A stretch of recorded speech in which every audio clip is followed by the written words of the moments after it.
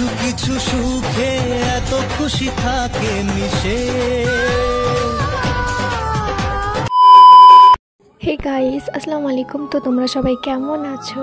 তোমাদের সবার এত এত ভালোবাসার আল্লাহর রহমতে আমি কিন্তু আলহামদুলিল্লাহ অনেক ভালো আছি। আর আজ আমি চলে এসেছিলাম পান্ডুয়ায় মহা আনন্দে নাচতে নাচতে। তো কারণ কি তোমাদেরকে সবটাই জানাবো, তো লাস্ট অবধি ব্লগটা দেখতে থাকো। তাহলে কি আমার সত্যি বিয়ে হয়ে গেল? তার জন্যই কিন্তু আমি আজ চলে এসেছিলাম নাফিসাদির কাছে। হ্যাঁ, তো দেখেছি সব দিদিগুলো মিলে তো ধরে বেঁধে বিয়ের জন্য রেডি করে দিল। আবার কি আসলে কি বলো তো, মাঝখানে আমি কিছু ভিডিও ক্লিপ অ্যাড করতে পারিনি আর নিতেও পারিনি, তার জন্য তোমাদেরকে সরাসরি ফাইনাল লুকটা শেয়ার করেছি আমি। আসলে আমি যখন ফার্স্ট আমার এরকম ফেসটা আয়নায় ফার্স্ট দেখি, তো তখন আমি আমার ফাইনাল লুক দেখে জাস্ট অবাক হয়ে গেছি যে আমাকে এতটা সুন্দর লাগছিল।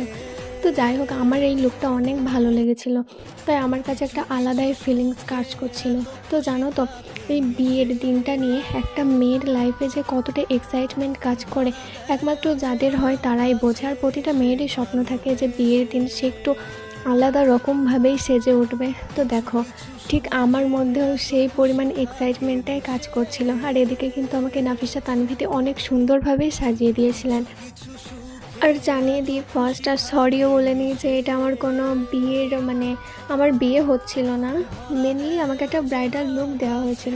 আসলে এটা সবার রিকোয়েস্টেই করেছিলাম। তো আমার এই লুকটা দেখে আমার মা যেমন চমক পেয়েছিল একটা, তেমন আমার কিছু প্রিয় মানুষেরা পুরো অবাক হয়ে গেছে আমার এই লুকটা দেখে। তো মাঝখানে কিছু ফটো ভিডিও শ্যুট করেছিলাম, তো সেগুলোই তোমাদের সামনে শেয়ার করলাম।